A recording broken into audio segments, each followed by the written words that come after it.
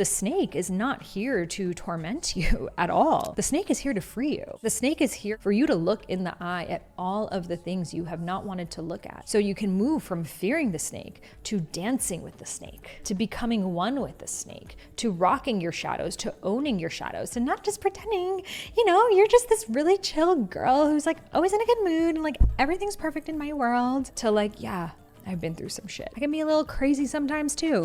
But you know what? If I'm here, I really fucking want to be here because I don't lie. And that, by the way, that dark feminine energy that we get is chef's kiss so hot. Trust the path, let it all unfold. Just release the control. Trust the path, let it all unfold. Just release the control. Trust the path, let it all unfold. Just release the control. Trust the path, let it all unfold. Just release the control.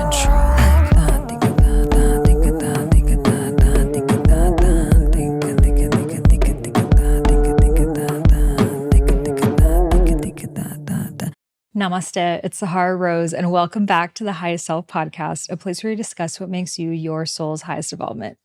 First of all, I feel so freaking relieved right now because I'm doing these solocasts from home. Y'all don't realize that I have a man sitting when I'm doing the podcast. So when I'm crying to you guys, there's just this guy there who's like trying to not make eye contact with me and I'm having a moment. And so I feel very free right now. The fact that I'm just at home in front of my hieroglyphic wall. By the way, do you guys notice the new dark femme hair? Very on brand with today's discussion and the music video, my new music video, and single after over a year off. Thank you for your patience. It's been a journey. I'm gonna fill you in. And so the new dark femme hair, I haven't had my original like birth color hair since the first time I dyed my hair was my wedding in 2019. That just hit me. So full circle, because I had never dyed my hair in my life. I was 28 years old when I got married, about to turn 32 when I got divorced. We'll talk about it. And I feel like growing up Persian, like you weren't allowed to dye your hair. I know a lot of different cultures. Like my mom was like, you can't, even though I was 28, I still thought I like wasn't allowed to dye my hair. And then I finally at the salon just went for it and she did such a bad job. Like my hair was literally like red. Like it wasn't even highlights. It was just like red on top. I'm not going to show you guys pictures because I think I burned those. But no, that was a beautiful chapter of life. And I look back and I'm like, oh my God, I was a child bride. Like I was literally so young. Even though 28 is not that young, but I feel like now that I'm 35, knowing what I know now, having experienced what I've experienced, going into the darkness, going into the void, I'm like, damn, I was such a little fucking baby, And let's start there. What a good place to start.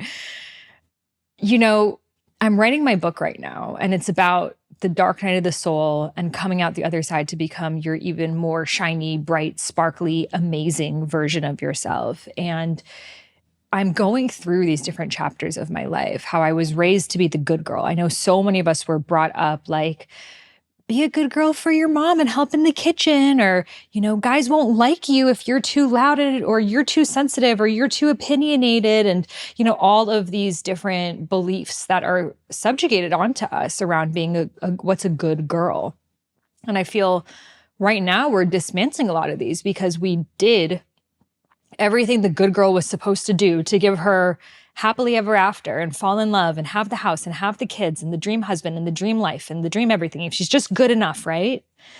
And we do the thing and it still doesn't pan out that way. And so we say, fuck it. We ride at dawn. And so growing up Persian, I write about this in my new book. So my book is coming out December 4th of 2026. It's called Maybe This Love Story is Really About Me. And it starts with being woken up in my sleep one night by my then husband who confessed he had been cheating on me throughout the relationship. And this book is the first time I really share exactly what happened. I was not allowed to share it for a long time because in the divorce papers, I sadly had an NDA placed upon me for 2.5 years. And so I wasn't allowed to share about the details. And now that that time period has passed, I can, and I want to share it in a way that is safe, of reverence, and is able to tell the full story. Just because I feel like on social media, I mean, I feel the least safe on Instagram. Things can just be taken so out of context, and you're just kind of sharing with a bunch of people who don't know who you are, right? And people just rip things apart. I feel on this podcast is the place I feel safest in terms of sharing with the public, because if you're listening to this podcast, like, you must like somewhat like me, like somewhat like, are we cool? Are we friends? Because I think we're besties, right? You like me? Do you like me? My inner people pleaser. I hope you do. But I think we vibe, you know, to be listening to my voice in your free time. Like, honestly, I really don't take that for granted. And so I feel a lot safer sharing here. Like, even as I was like, you know, dating guys in Brazil, being like, y'all don't know what's really going down. I know that, like, you know, those guys don't listen to my podcast, but you do. So like, you get the juice. And so the book is even more. Like, the book is what really happened and how I really felt. And I couldn't, first of all, I wasn't legally able to share that. And also just, I try to share the positive on social media. I'm not that person who's taking videos of myself crying and stuff and sharing the spirals. I try to be mindful of the energy that I pass on. But it was a really, really dark time. And that darkness stayed with me for 2 years, I would say. And, you know, when people leave relationships where there is betrayal, narcissistic abuse, you know, things that are harder to wrap our heads around, it takes on average 1 to 3 years. And so in this journey of darkness, I really went into everything that I hadn't in my entire life, like all of the pain from my childhood, from my lineage, how I even ended up in this relationship. How did I not know? Trying to figure out his trauma. Like, it went so freaking deep, and it definitely got darker before it got lighter. But when it got lighter, it became lighter than ever before. And from this place that I'm speaking at, like, I wish, well, can I flip the camera? I guess I can flip the camera because this is my laptop. I want to show you guys my apartment. Like, you can see, oh gosh, I'm kind of connected to a microphone right now, but like, do you guys see this little food spread I have? How cute is that? I hope you can see this all right now if you're watching on YouTube or Spotify. Hello, we're back. My apartment is my dream home. It's literally like a rose cloud with a temple inside. I have the closest and best friendships of my life. I am free to dress how I want, create how I want. I became a musical artist. Guys, I was not producing music, singing Afro beats, doing these things back in my married life. And things became so much more magical, alive. Like, just yesterday, it was the World Cup. And you know, I love Brazil. I was living in Brazil most of this year. And so I went down to support my Brazil team, but I came too late because I got these nails, guys. How cute are my freaking nails right now? It's like a little, like, pastel rainbow French tips. Okay, so anyways, they took longer than I thought. I missed the Brazil game, but I went down to the place. None of my friends came, so I was by myself. And turns out it was the Haiti soccer game. And then I just made friends with these cool Haitian girls, and we were like dancing the whole time. And like, the old me that was married would have never done that. I wouldn't have gone somewhere if I didn't have a friend with me. And the new me is like, fuck it, you know, like, let's go on an adventure. And I'm so grateful that I got to meet her, because when we allow our old selves to die, and we're going to get into that, allowing our old selves to fully die, that is the only way that we can have the rebirth. And so many of us, we rush the process. We want the rebirth instantly. Like, I remember after finding out about his cheating, I knew this was going to be a hard time, but I mentally wanted to have like and I figured it out, and like, here's the lessons. But on a deeper level, I knew if I bypass this pain right now, I'm going to be holding on to it for the rest of my life. And I will take this tunnel as deep as it goes for me to truly become free of every little ounce of this pain that I'm holding on to. And I can truthfully say now, and December 4th will be exactly 4 years to the day of his confession. So a full college degree of time. And I will say that my life is so much more sparkly, so much more aligned, so much more magnetic, and I am so much more true to myself through trusting the unknown. So when I sat with the medicine of San Pedro, Huachuma in Peru, which was a year and a half after his confession and the divorce, I was still in a really tough time because I deeply wanted to be in a relationship, but I genuinely was not attracted to anyone. I was actually celibate and not dating for 2.5 years. And I wanted to be with my king. I wanted sacred union, but I really just wasn't attracted to anyone. And I know so many of you guys resonate, and it is freaking hard. I mean, I think us women are so beautiful and like magnetic and amazing and multifaceted. And like for real, the men are just like not on our level. I will acknowledge that. And I do feel when our hearts are broken, there is this protection mechanism where we're not attracted to anyone because deep down inside we know we are not ready for the potential ruptures and inevitable ups and downs that come in love. Like, you know, when you're getting to know someone, you're starting to date, it's not easy. Like, they love a certain way, you love a certain way, there's miscommunication, you're not sure, do they like you, do they not? Like, there's so much anxiety that can happen. And when you're still working through your own from your previous relationship, your nervous system actually knows, like, I literally can't cope. And I would say the first time I really had a panic attack was after he told me, after he confessed. I remember that next morning, like dry heaving, like fully feeling like my heart was beating at 1,000,000 miles. I was like, beyond hysterics of crying, that my body was actually like as if I was being regurgitated or recessed. You know, when you're like, when they're bringing you back to life, it was literally like that. I genuinely feel that my soul died that day. And I don't feel, when I look back on pictures of myself before, it's like I can't even recognize me. And do you guys feel that, like before your dark night of the soul, before this like huge chapter, you're like, who was that person?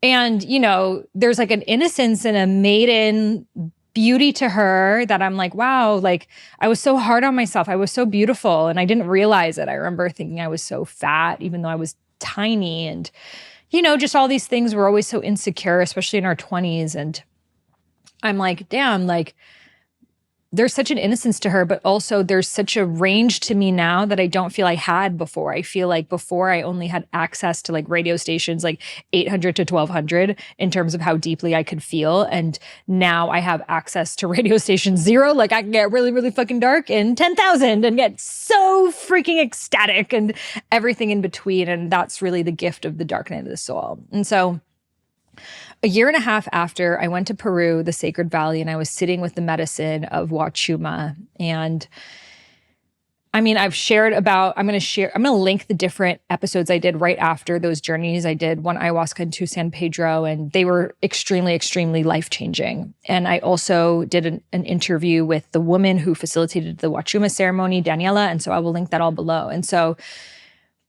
one of the things that came to me was really witnessing how much anxiety I had. And I didn't realize it. I never considered myself to be anxious because I had only lived in my own thoughts before, right? But I remember this feeling that would always come to me after the divorce, and it would be this like really uncomfortable feeling like in my mind and in my body of like, nothing's going to work out and I'm going to be alone forever. And like just this, it was like a sadness, but the way that I would respond was like to try to do something. So it was often when I felt very lonely, you know, going from living with someone for 8 years, like your 8 most formative years, to being by yourself. And when I would work a lot, I would feel, you know, just being on my laptop screen, working a lot. And when you're in a partnership, you got someone to hug, someone to cuddle with, and then not having that would make me feel really lonely. And then the way I would combat that loneliness is to be like, oh my God, I need to date someone. I need to find someone. And like go on Instagram, go on a dating app, and then be like, oh my God, there's no one. I don't even like anyone. And then I would get anxious and it would be this spiral. And it was on the medicine that I realized how anxious I really was.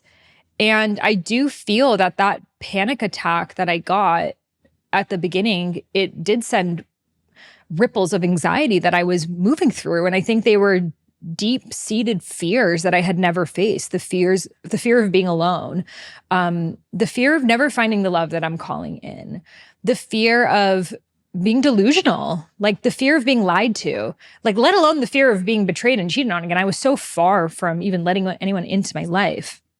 And so it showed me how I was always trying to figure out what's going to happen next. Like, okay, how's this going to work? And how's that going to work? And feeling like if I could just figure it out, then I'll be safe, especially when I wasn't anxious in the relationship. I wouldn't say I had an anxious attachment style when I was married. It was because I felt so stable and so secure. And then all of a sudden the rug got pulled under my feet that it sent my nervous system into the deepest state of like, you can't trust anything because you had every wall possible down, like for years. Like there was not even a thought in the back of my mind that I'm going to get divorced ever. And so to go from that to being woken up in your sleep, told you've been cheated on this entire time, that it made me have to really address my relationship with the unknown. Like really had to address like, damn, we don't actually really know anything. And that rabbit hole took me very deep. What else do I not know? Is this whole thing all just made up? Relationships, spirituality, everything? And I still enter that void often. And I feel it's important for us all to, because I feel with spirituality even, like we often grew up with like a religious context, you know, whether you were actually religious or not. I didn't grow up religious, but you know, I went to a church growing up. And so I still had this idea that there was kind of a man in the sky and he was listening to me. And if I prayed to him and talked to him and like did it right, then he'll give me the prayers. Like I still had that. And then when something like this happens, you're like, wait, is God real? Like, cause why is this happening? And then you got to go through that journey. And I would say it has definitely changed how I think of God and has made me realize that even a lot of the stories that we tell ourselves, stories that can help, stories that can make us feel better, ultimately we just don't know. And rather that being the scary thing of like, well, how do we not know? Like, for sure, there's got to be past lives. For sure, there's got to be spirit guides. For sure, there's got to be karma. For sure, there's got to be these things. I like these stories. They resonate with me. They're things I'm going to keep on having questioned them, but I don't feel anymore that I will hold on to them as fact as the way that I did before. Because I feel the shadow even of the spiritual path is like figuring it out, which again is control. And what the actual spiritual path is about truthfully that we don't know. And all we can do is trust the path that is unfolding. And so I'm on the medicine and I'm hiking in the Sacred Valley of Peru. And, you know, I'm here with these questions. My big question was, show me everything that is holding me back from true love. And that was my question for the ayahuasca. And that was my question for the San Pedro. That was my question in the Temescal. Show me everything holding me back from true love. And it went deep. It showed me my inner child. It showed me the war in Iran and the Middle East. It showed me power dynamics. It showed me narcissism. It showed me so many different, I can't even, like entities, right? Like thought forms that are existing in myself and my lineage and my family. And that these are all things that are blocking me and all of us from true love. And I share more about that in my episodes about Wachuma. And then finally, it was the last ceremony where I still didn't really have the answer of like, so where is my king? Like, where's my sacred union partner? And instead, as I started the walk, the medicine was like, you're going to just repeat after me. Trust the path. I'm like, trust the path. Let it all unfold. Let it all unfold. Just release. Just release. The control. The control. Again, trust the path. Trust the path. Let it all unfold. Let it all unfold. Just release. Just release. The control. The control. Okay, but what about my sacred trust the path? Trust the path. Let it all on. But do you think I'm going to find him in the... Just release. Just release. But do you think what I'm getting wrong is like, trust the path. 4 hours. This went on. Any question I had, it stopped me. Trust the path. Let it all unfold. Just release. The control. And this became my grounding mantra. Every time my life would spiral, I wouldn't know what to do next. I was anxious. Am I ever going to find this true love? Am I not? What am I doing wrong? Trust the path. Let it all unfold. Just release the control. And so now flash forward 2 years after that journey, my new song, Trust the Path, is now out. And this music video is an ode to the darkness. It is an ode to the unknown, to going into that fertile void that we are so afraid of, but everything most beautiful and magical and light in life comes out of. And so in the music video, which I'm going to share some clips about right now on the screen, and I will also link the full music video below. Please watch it, share it, save it. You can see that it's very, very simple. I'm in this dark abyss. There's nothing on the walls. It's very different from my other music videos where I'm in a 2000s throwback girl boss slumber party, going through spaceships or, riding on motorcycles, twerking, and, very different from my other music videos. This one is like finding beauty in the dark. And there's no color in it at all. It's black on black on black, but you can see there's so much texture and so much aliveness. And then out comes the black snake. Now, the snake is everything that we didn't want to look at. She is our shadows. She is our fears. She is the parts of ourselves that are hard to acknowledge. Our anxiety, our control, our uncertainty, our need for constant assurance, the rude things that we say that we don't want anyone to know, all of the ways that we pretend we don't care when deep down inside we're dying to be loved. Yeah, all of that stuff. The snake sees it all. She's a part of you. She's a part of every one of us. The reason why she's been demonized by modern religion is because only when you integrate her can you become truly whole. When you can look at those shadows and see yourself in the very things you dislike about other people. That was the biggest shadow work of how can someone fuck me over like that? How can someone lie like that? I don't get it. What are the parts of myself that are lying? What are the parts of myself I have abandoned? What are the parts of myself I have betrayed? What are the parts of myself that also are curious about lust and maybe have never even acknowledged that part of myself? Because I do believe our shadows will be personified from the people around us if we don't address them first. And so the snake is not here to torment you at all. The snake is here to free you. The snake is here for you to look in the eye at all of the things you have not wanted to look at.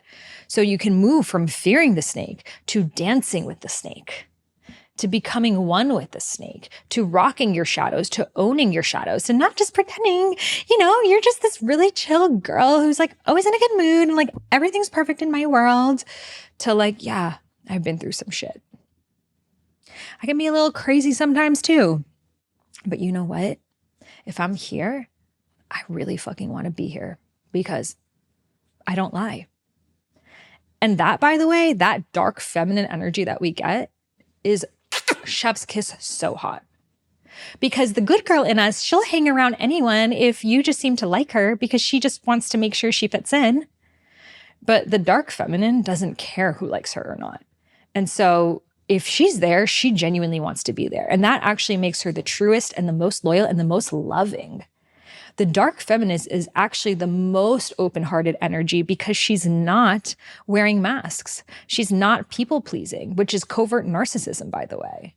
She genuinely is choosing to be there and choosing to share her energy with people because she wants to. And so many of us are afraid of our dark feminine because we feel it's going to make us come off as cold and untouchable and the ice queen, these are all archetypes I talk about in the book. So the book goes through my journey of going into the dark night of the soul, then what your dark night of the soul can look like, and then all of the different sacred feminine archetypes that come through. Your dark feminine, your wild woman, your artist, your mystic, your wise woman, your queen, and how you can create a tapestry of all of them by looking at the snake and transmuting it into the rose. And so these are all things you're going to be learning about in Maybe This Love Story is Really About Me. And what this journey has really taught me is that there is so much beauty in the darkness. We are so afraid of going there because we're afraid that if I actually go into my darkness, like if I actually fully let myself cry, I might never come out of it. And I remember after 6 months of waking up and crying every single morning, I was like, is this ever going to end? Is this just who I am now? Like, I'm just always going to be sad. Like, it felt like just one thing would set me off. Watching a reel, having a thought, seeing a picture pop up on my phone set me off. But it was actually just all the tears I didn't allow myself to cry my entire life. Like all of the times when I was a little girl and I was told, don't cry, no one's going to want to be around you. Or if I cried, I would be left in my room and I would try to cry louder so my mom would come and get me, and she wouldn't. And then I kind of learned no one cares if you're crying, so just stop. And so many of us, we have this. We're told not to cry, not to be emotional, not to be sensitive. And so there's all of these times in our lives that we cried, that we felt off, that we felt anxiety, and we stuffled it up, that sometimes we needed to manifest such a dark night to be able to actually break open, crack the lid, open up the teapot to let out all of the steam that has been inside. And so that is the invitation of a dark night, to do all of this releasing of emotion that would have never happened without it. But then what happens is you become way funnier, first of all. Like trauma for sure makes you really fucking funny. Like I'm making myself laugh all day. And by the way, I'm using the word trauma because it's collectively used. I don't even see it as trauma. Because to me, trauma is like this negative, bad thing that happened to you that you're never going to heal from. But instead, this is, what can I say? A fermentation of your soul. You know, it's actually adding more sparkles to you. It's actually making you like even more rich for the gut. Like only the real ones with nuanced and established palates will be able to fully taste you. And so what a beautiful thing. And why would we want to go back to vanilla when we can be fermented, wild crafted, organic, sun grown and harvested kombucha? Like this is so much better. So you become funnier. You become sexier. My song, Sexy Dark Night of the Soul, is all about this. Like, my shadows made me sexy, plus they gave me some more ass. Like, literally going through this, you stop giving a fuck. You wear what you want to wear. You show up in the world how you want to. You just don't give a fuck anymore. And you develop a style. Like, you actually ask yourself these questions of, who am I on this other side? How do I want to dress? How do I want to show up in the world? Like, these dark nights of the soul actually cause you to define yourself. Like, kind of like artists, right? Like we had Britney Spears, she had all these different eras, right? The Dancing with the Snake era, the, you know, all the pop princess eras that we've seen from her, right? Dozens. Michael Jackson, Christina Aguilera, Cher, Madonna. They all had eras. Where are your eras? You need eras. Like, why do only they have eras? We get eras too. So like right now, I'm definitely in a little bit of a queen, a little bit of a femme fatale era, I would say, with this new dark hair is really channeling it. When I was in Brazil, I was really in my hibiscus era. I still am in my hibiscus era, by the way. It's still here. But I just feel I'm in my trust the path era. You know what I mean? And so with your hair, with your style, with the art that you create, with the kind of posts you're doing, with the music you're listening to, you can create these eras for yourself that really embody and distinguish the chapter of life that you are in. And so you can go back and see these different milestones that you've crossed of like, oh yeah, like I really was in that moment of time then. And you can see how beautiful it is because you pass these moments of time and then all of a sudden you're like, whoa, I have grown so much, you know. I love doing photo shoots and I share how to do your dream girl photo shoot in the book, but like do a photo shoot embodying, like maybe you're in this very witchy violet purple era, shoot that. And then maybe you move on to this like mermaid whimsical era, shoot that. And then you can literally see your progressions of growth and it gives you evidence of what is going on inside by actually being able to see it like in a picture that you can share with other people, share on your social media to depict the different chapters of life that you're moving through. And so for me, even these music videos are that. They are really art pieces that are highlighting different aspects of my journey. You know, Trust the Path has really been going so deep into the darkness and coming out the other side, not just as the snake dancer, but the snake mother, that I do feel a mother for all of you going on your snake journeys of trusting that there is something so much greater on the other side. Truthfully, I can say that from the bottom of my heart. And every single day I get messages from you guys saying I was in a 20-year relationship and I found out that he was cheating, or I was about to get engaged and I found out about an addiction, or I found out, I was broken up with out of the blue, and all these different heartbreak experiences. And while my heart breaks, I also know this is the best thing that has ever happened for you. And I can truly say that because I know it has been for me. And not because what happened was fair, but because of how I transmuted it. And I know that that's possible for you too. And so this is exactly what my new book is about. Maybe this love story is really about me. And this is what the music video, Trust the Path, is about. This is a mantra that you can listen to time and time again to remind yourself when you are feeling anxious, when you are in that void place, when you don't know what's going to happen next. Maybe you're in a relationship, but you're just feeling a little bit uncertain about it, or about your job, or everything in life. Like, there's always things that we feel uncertain about. And so this is the mantra that the medicine gave me to share with you, that I've produced Afro beats, and I do this style of Indian chanting called solocast, which I taught myself to do. I've always just loved it. So it's very, very simple. It's very, very repetitive. It's something that you can continue to listen to again and again and again and won't get sick of. The mantras are really ancient symbols that you're going to be hearing, like te tika ta ta tika ta tika ta te tika ta ta tika tika tika. And so it's something really cool that rather than bringing in more words, I just wanted to bring in beats, which are vibrations, and actually touch different chakras in our body. The music video is full of different mudras. So mudras are ancient symbols that we make with our hands that collect and store and share energy. And so I actually studied in Indian classical dance for this music video, and I combined it with belly dance. So you will see me belly dancing as well as this Indian Bhangra dancer. And so there's lots of beautiful movement. The jewelry, I did the styling of it. And so decked out like Desi goddess with the hands and the bindi and everything else. And it's really just such an ode to the dark feminine, such an ode to Kali Ma, such an ode to Sekhmet, such an ode to the aspect of all of us that was found through the dark and becomes our most favorite parts of ourselves.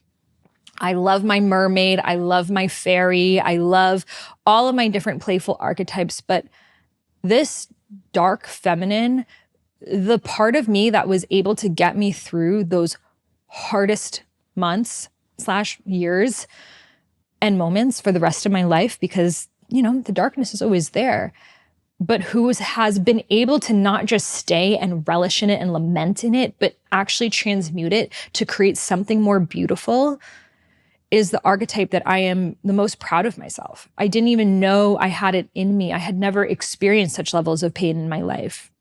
And I met a new side of myself that I know so many of you guys are meeting right now too.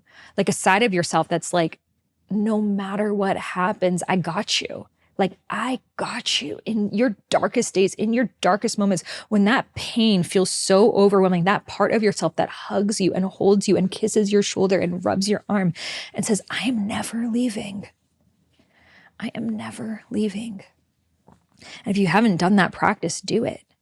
Because so often we are so yearning to be hugged and held by someone else, but what we're really yearning for is ourself.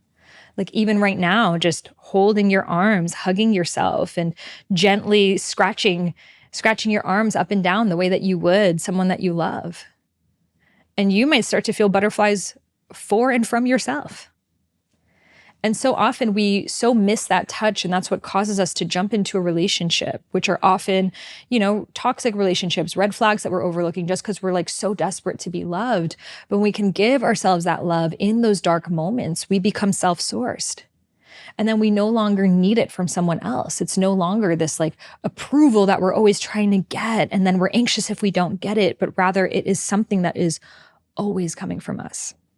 So just take a moment right now. You can close your eyes and give yourself a big hug. And tell yourself, I love you so much. kiss your shoulder, squeeze your arms. Ugh, you are so cute. You are so adorable. You are so precious to me. I love you so much. I am so here for you. No matter what happens, I will never leave you. And do you know what?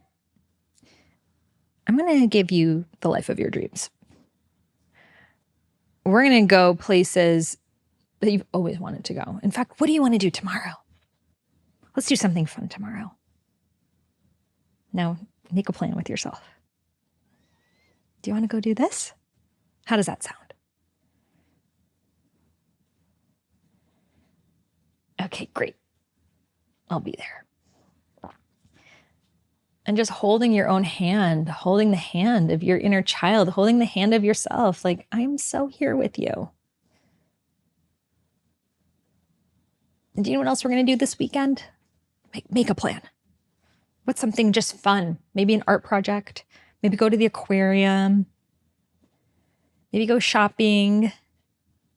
Maybe go to the park. Look at some flowers.